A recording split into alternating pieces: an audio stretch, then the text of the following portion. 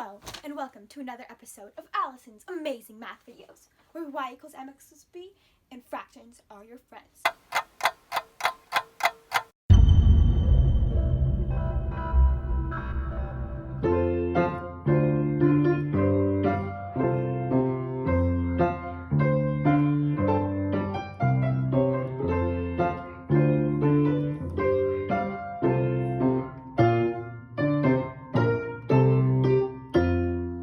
So we have to graph a cubic function, and just by looking at it, it's pretty clear that one of the factors is x minus 1, since when you plug in 1, you get 0.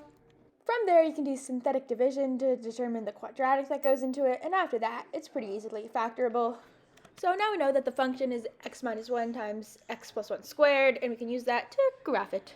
The leading coefficient in this case is positive, so that means that the function is in quadrant 1 and 3. Also, the c value is -1, so that's the y-intercept. The 0 at -1 is tangent to the x-axis, since that's the one that was x plus 1 times x plus 1, and the other one is just linear right through. Now we have to graph its reciprocal, and since the degree on the denominator is larger, we can conclude that there's a horizontal asymptote at y equals 0. With reciprocal functions, zeros become vertical asymptotes, so we're going to have those at plus or minus 1. They also increase on former intervals of decrease and vice versa, as well as remain in the same quadrants as before. Another characteristic is that the points of intersection are when y is equal to plus or minus 1.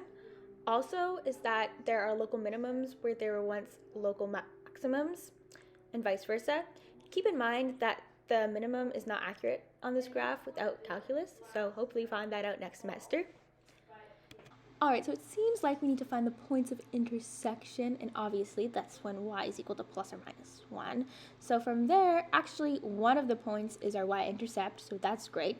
But then we can plug in -1 for the y value and do some factoring, and then also use the quadratic formula to find the zeros, and then boom, we have two of our answers right there. Alright, so now for when is equal to +1, we plug in +1 for the y value, and look at that! What a coincidence. The 0 is just given right there. So great. You know, I wonder who did that.